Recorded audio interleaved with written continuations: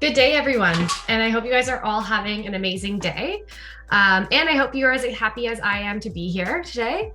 This is Madeline Canoza speaking, your product marketing manager here at Maropost. I'm really excited about today's topic and guest speaker.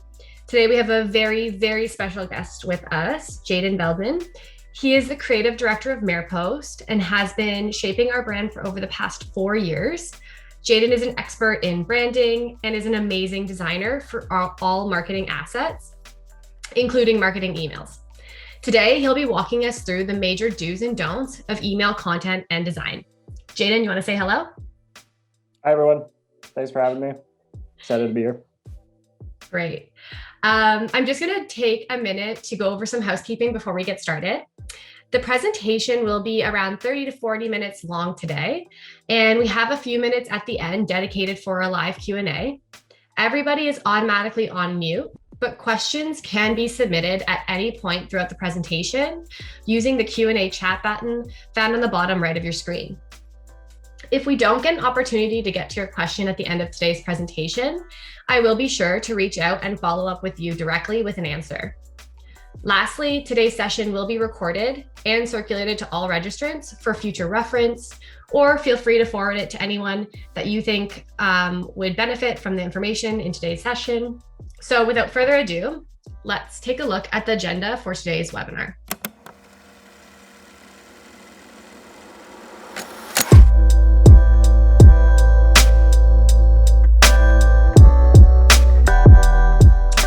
In today's presentation, we'll be covering design tips that will help you improve your deliverability and open rates. Then we'll be jumping into the best email design practice to improve engagement and click-through rates. And then Jaden will showcase how to apply these design best practices and put them to use with a demo of how to build engaging email within the Maropost platform. After his demonstration, we will address any questions that have come throughout the presentation.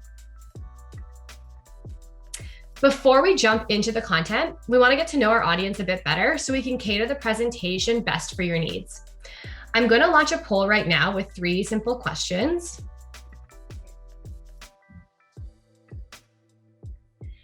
And we are looking to better understand who within your organization is designing your marketing emails. Is it you? Is it someone else within your organization? Are you outsourcing, or do you heavily rely on some beautiful templates? Additionally, we would love to know what type of email builders you're currently using, WYSIWYG, drag and drop, HTML, or another solution. And finally, how happy are you with your current email builder? Give it a thumbs up if you're satisfied, or a thumbs down if it could have some improvement. I'll give everyone 30 seconds or so to submit their responses, and then I'll publish the results. Okay, so let me close this poll.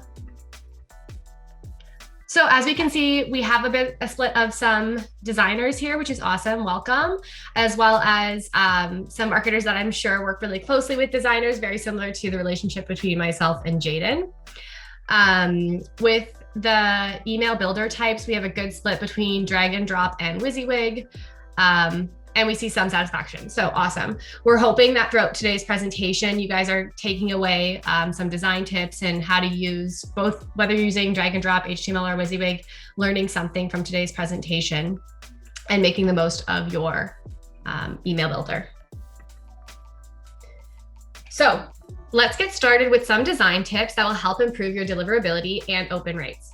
Obviously, the most important part of email marketing is great deliverability, because if your emails are not making it into your contacts inbox, then all of your design and content efforts will just go to waste.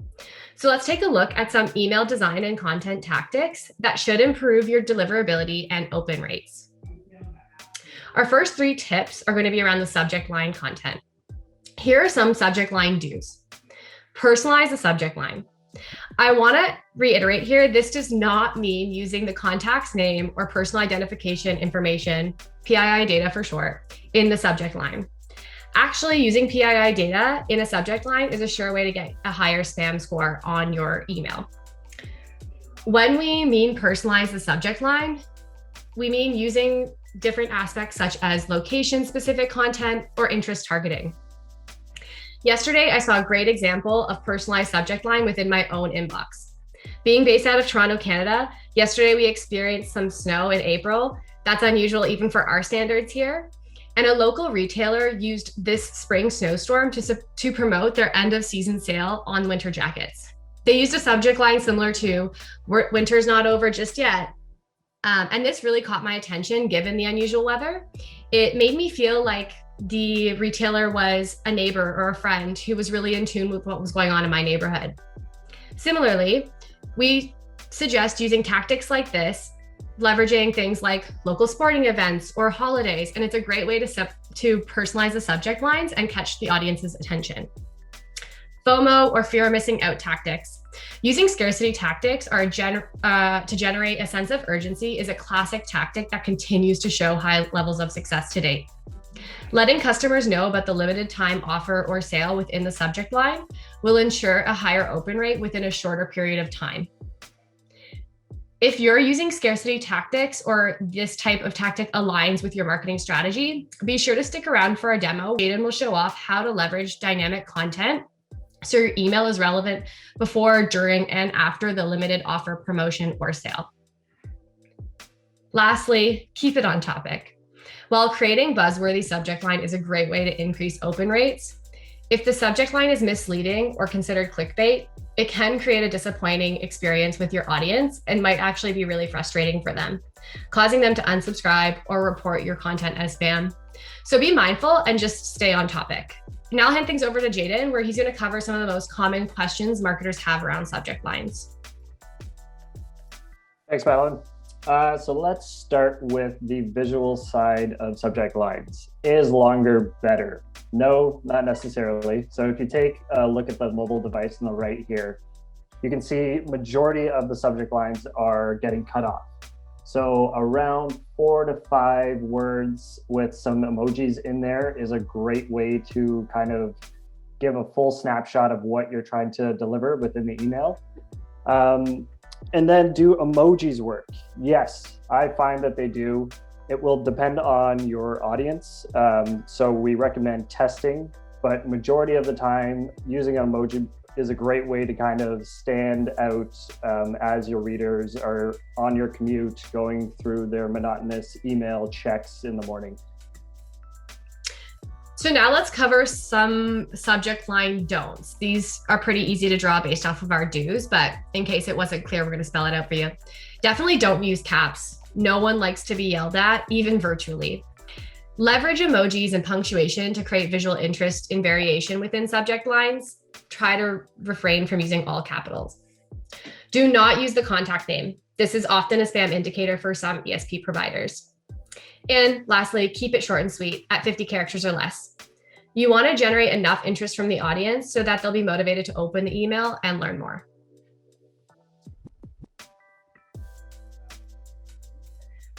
If deliverability is a struggle, one design tip we suggest is adding a double opt-in in your welcome email or in any of the first introduction emails that you are sending within your marketing automation.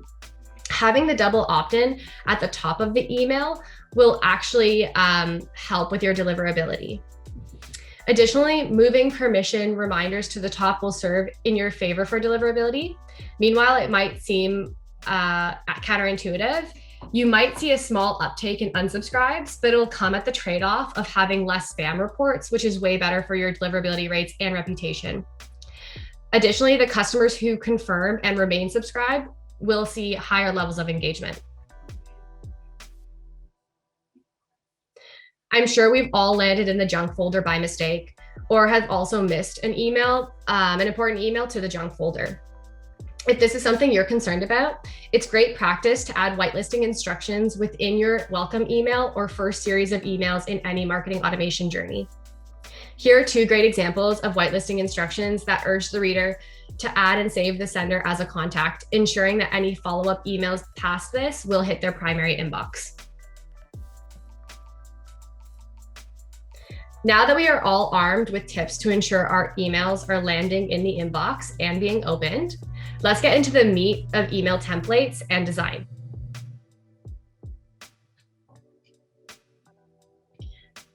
When starting to build out your email templates, one of the first things you're going to want to consider is where your audience will be viewing these emails. You want to make sure that the template you are using is optimized for the devices your emails are being viewed on. If you're unsure what devices your audience uses, within Maropost and most email marketing automation platforms, you should be able to see a breakdown of email opens by device in your campaign reporting. You can see from this screenshot here is directly from the Maropost platform. I sent a test campaign and I wanted to see what the device breakdown is by open.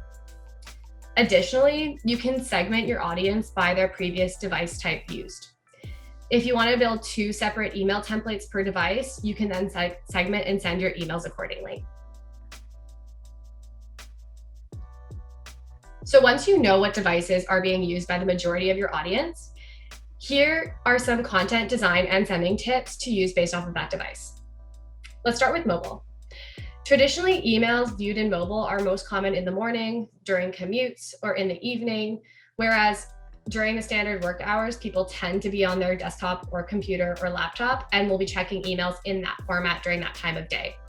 So you may want to use a different template depending on the time of day that you will be sending your campaign.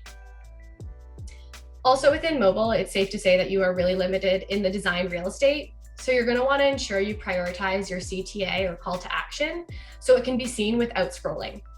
Conversely, with desktop, you have a lot more real estate and space, so you can leverage white space to your advantage. Jaden will later go into detail on how to purposefully use white space as well as how to leverage best the real estate within a mobile setting. I know his tip here is to add or overlay the main call to action on the image banner. And this also allows for that image to be reused and scale from mobile to desktop. You will notice that we're focusing a lot here on the call to action buttons. And this is because most emails you're sent are with a purpose and you guys are trying to hit a goal here to get your audience to do something. Designing with this purpose in mind is what will help your team actually reach its marketing objectives. So now I'm going to hand things over to Jaden, who will go into CTA specifics that can help increase your click-through rate by up to 28%.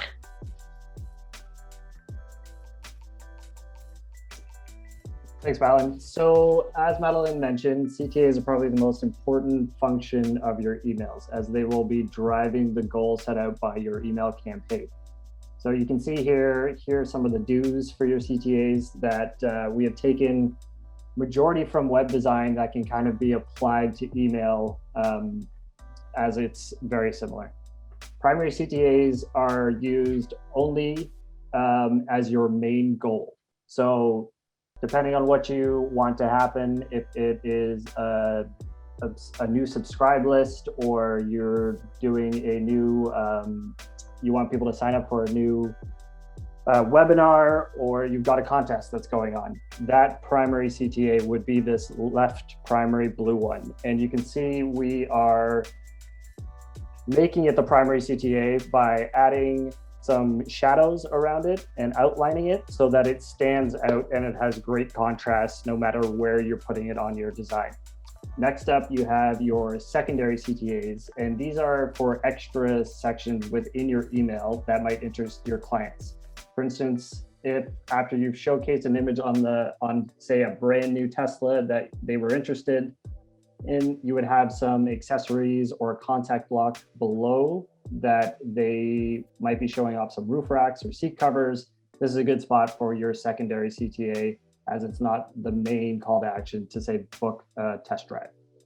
Lastly, we have the link, and this is predominantly found with inside the content itself. And tips for this are: one, making sure that it's underlined so that people can see it. And then from there, you can play around with the font weight or the color to help it stand out a little bit more. But as long as they are still able to kind of read the text properly without it getting in the way. So here are some more pro tips around your CTAs. So to do this properly, you want to make sure that your CTA fits everywhere. What we like to do is this same CTA lives on our website, it lives in our emails. If we're making a guide, this is the exact same CTA. It seems silly to put this much work into a little button, but we know that I can put this CTA on any sort of background color, on a background image, and it's always going to stand out for us. So there are thousands of devices out there that you want to make sure that you're accounting for. And this kind of putting in the work is going to make sure that your readers and subscribers are going to make sure that this is the button that they're going to be clicking on.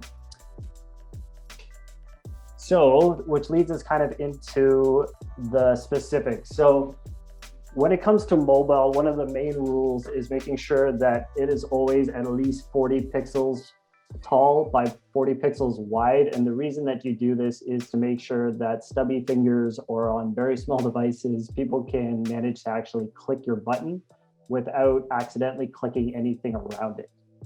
So you can see in the example here to the right, we've got the primary CTA, it's 40 pixels tall, and then we've made sure that there's extra white space around that CTA so that there's no confusion if you've got a secondary link or a CTA next to it, that they're going to make sure that that's going to click and it's going to work every single time, so that there's no room for error. In terms of color, what you really want to make sure is that you've got contrast between the color that you're choosing for the text and the background color. So what is contrast? It is just the light value between one object to another. So we've got a white text here, which is primary, and then it's on a blue background. So there is a certain contrast level between that text and the background. And the reason that this is important, one, that if that was a light blue on a blue background, very hard to see, but there is a lot of people out there that have visual impairment. So we're trying to address accessibility issues. 1 in 12 men are colorblind, and 1 in 200 women are also colorblind. So we need to try to make sure that everyone can enjoy your email content and still navigate on your website. So inside the deck here, we've got a link. We can send it out after. There's an online accessibility contrast checker, and you can go in, punch in your hex codes for your copy and the background color, and it'll tell you if you've passed so that people can make sure that they can see it. Next up, we have visual hierarchy.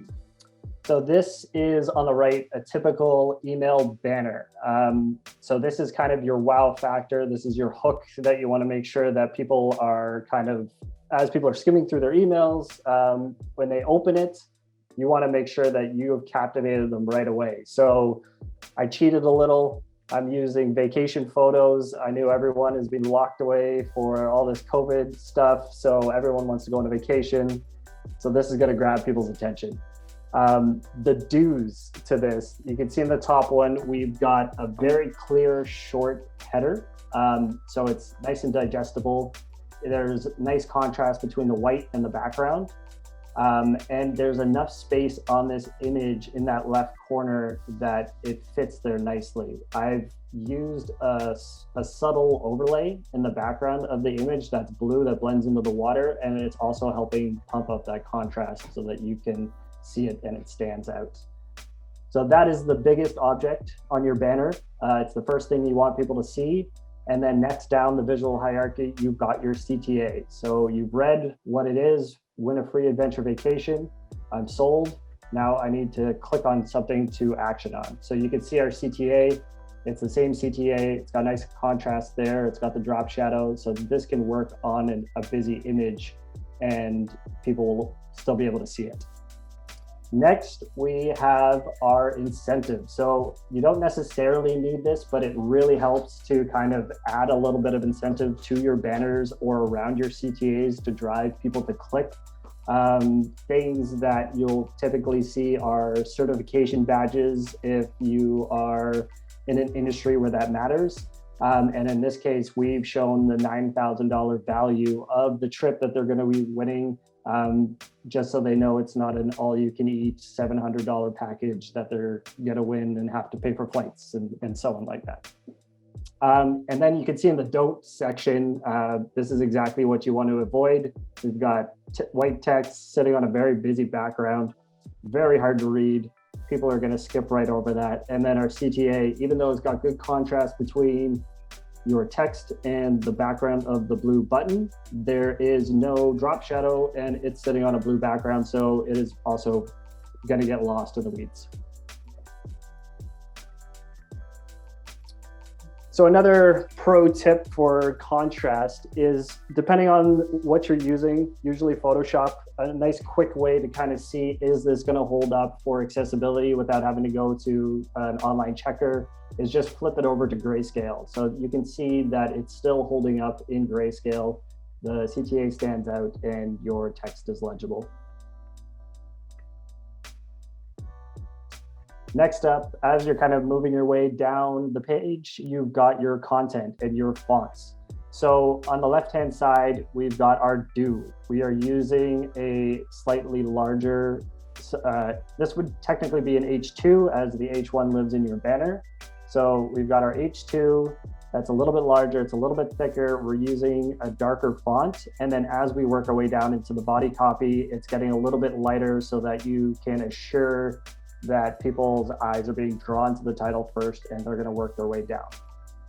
Another thing that is, it's huge for legibility. People don't want to read a wall-to-wall block that's squished like on our don't side there. So line spacing is a great way to kind of allow your text and copy to breathe. It's going to allow people to get to the end of the line and know where to start on the next one. When they're squished up, you tend to try look for that next line, and it's sometimes hard to distinguish, are you on the fourth, fifth, and your readers can get lost. All right, so some more to-dos. Another important thing that you want to do is invest in some good images. So the better the image, the more of a connection that you can create between you and your company and the reader. So for instance, these three images that I've got over here on the right-hand side, we've tried to think ahead as to our segmentation, our ICP, what are those individuals going to want to see? So we've kind of broken it up into three different packages that you could win. And we've got a family one at the top. So we're showcasing a family on a nice beach. And then we've got a couple's paradise to vacation to Europe. And then if you've got a more adventurous group that you've seen are booking excursions, we've tried to narrow that down to exactly those type of people, and you'll have a better resonance with your readers. Next up, I touched on it before, the proportion of text to your background. Try keep things short and sweet. I know it's sometimes hard for copywriters to make it small, but it's going to help communicate a little bit faster what you're trying to get across. So a couple words can go a long way, and then let that image do the heavy lifting for you. Then as we move down here, we want to make sure we're hyperlinking images. So within the Maropost platform, sometimes it'll be hard to kind of see, oh, is this image doing what it's supposed to be? So if you hyperlink all your images, you'll be able to kind of pull that data in to make sure that you're seeing, oh, certain people are clicking on A, B, or C, instead of just kind of guessing to make sure that you know what's happening when the readers open up their emails. And then lastly, we have some cool features around dynamic images, content, timers. That's what I'm going to show you in the demo portion. As you can see on the right here, we've got three different segments. This is something that we can deliver to your readers inside of one single template, so you're not having to create multiple and connecting them. It's just a matter of setting up these images within our dynamic content builder and putting in one single link. And as it gets sent out, your readers are going to get individual content personalized to them. Okay, so now that we have our banner sorted out, it's nice and clear, and we've got our font structures, you're going to want to put this all together. So the term we use is skimmable. As people open up the image, you want to be able to hook them right away. So you've got your banner at the top, you're going to work your way down. We've got some personalization that they've used in this F1, this email here. They've also used a GIF at the top, which is great. That's another awesome way to kind of get people's attention really quickly, as long as it's not gimmicky and it suits the content. I would say go for it. One of the biggest things that designers tend to ask themselves constantly is, does this drive value? If it doesn't, then it shouldn't be there. So simplifying it down to what your readers want is kind of the key, so you're not wasting people's time. And then lastly there, we've got our separation of the content block. So if you've got more content or you've got related blogs or anything like that, you want to make sure that you've got clear separation between the sections. And what you're going to do is use white space to make sure it's clear. The eye is focused to the content and it's not squished up to walls or the edges of your margins or anything like that. Thanks, Jaden. I'm going to hand it over to you and you can jump right into the Maropost platform and actually put all of these best practices right into action. Sounds good. Everyone see my screen? Yeah, we're good. Good to go. Okay, so here is our drag and drop builder. So we're going to use some of those practices to kind of build our layout top to bottom. I don't have time to recreate this whole thing, but I'll kind of go through the thought process. So people tend to read emails, at least in North America, left to right and top to bottom. So it's kind of this angle shape. There's another method where it's almost a U shape where people skim it top, left, and kind of go around. So you can play around with that. Usually it's the logo in the left. You can have a little bit of content to the right. We've used center, and then they're going to work their eyes down the page. So here we've got our banner. Again, this is going to be our hook. In this industry, typically they give CTAs or links out. So we're using smaller links. They're not full CTAs. And that's because they're kind of supporting the email, but they're not the main goal of this email. So we've got our main banner. We've kind of worked our way into the rest of the content. And then we got some social links right here at the bottom. So one of the tricks that we've used here on this email to kind of make sure that things are looking great and people can focus on certain sections is we've made sure to maintain the same amount of border spacing around the edges and around the images. This just gives it a nice clean look, and there's good separation, and it'll help people focus on the specific image versus kind of becoming very, very busy. So talking about our dynamic content, we're going to swap out this image with that example of the segmented content I had showed you before. So this is our dynamic content builder. They're going to give it a name because we're using certain syntax within the content or dynamic content link. This can only be lowercase, and we're using underscores to kind of separate between the words. And then you choose your segment. And this is going to be we're going to start at the top here. This is our default image. And then you're going to choose your segment again, and you're going to put in your first image. So this is the Europe vacation. Then we've got our adventure vacation in the segment. And then lastly, we've got our family vacation. So one thing to keep in mind when you are building this, we're working between two different types of builders. So this is WYSIWYG. So you just want to make sure that you're setting the proper max widths to make sure that it's going to be responsive. And then you're going to wrap it inside of your A tag and give it a link out. So now that we have this, how do we get inside of the email? So we have these dynamic content links that we use. I'm going to pull it up here. We will send a link out to a list of these that you can use. And so we're going to remove this image, and we're going to throw in an HTML block. And we're going to replace it with that. Save it, and we are good to go.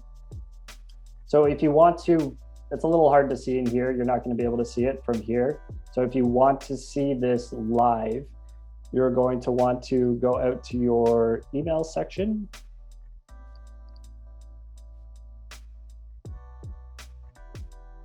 And you're just going to click on your email, and then it's going to automatically pick up that you're using a dynamic block in here. So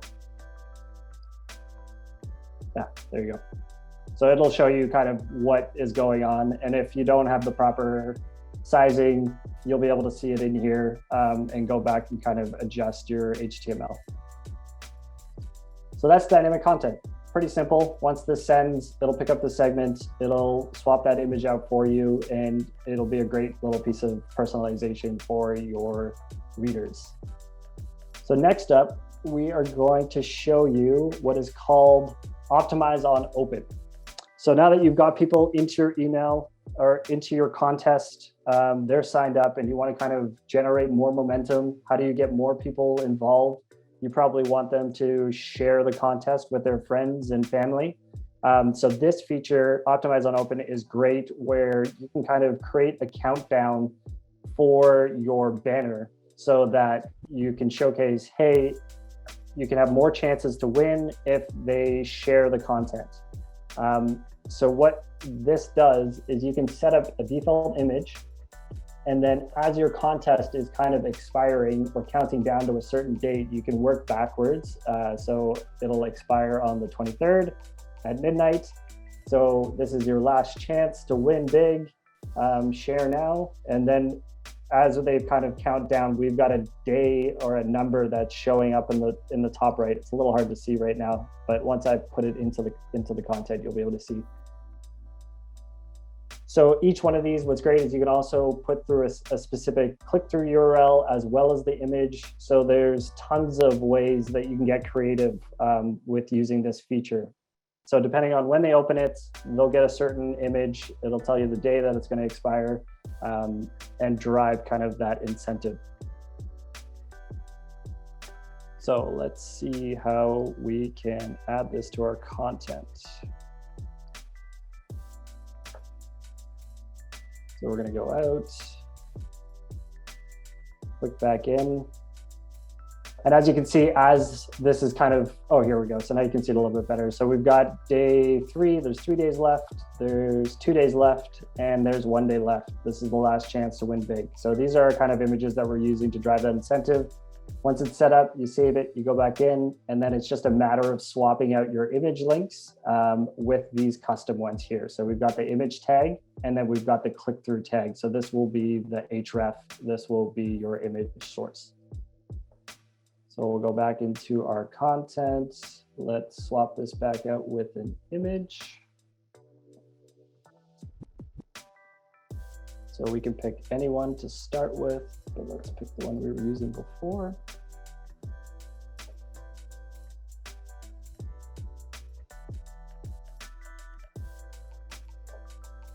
So again, all you have to do is go back in here. This is our image URL, and we're going to replace the image URL. Boom, there we go. And then for the click-through tag, here's our image tag, and it will swap out that image link for you as it gets sent out. All right, I think that was everything that we were going to showcase today. So we'll now be opening the floor to questions. As a reminder, you can ask your questions using the Q&A button at the top or bottom of your screen. It has 2 chat boxes and the letters Q&A. So I will give 1 or 2 moments for some questions to come through.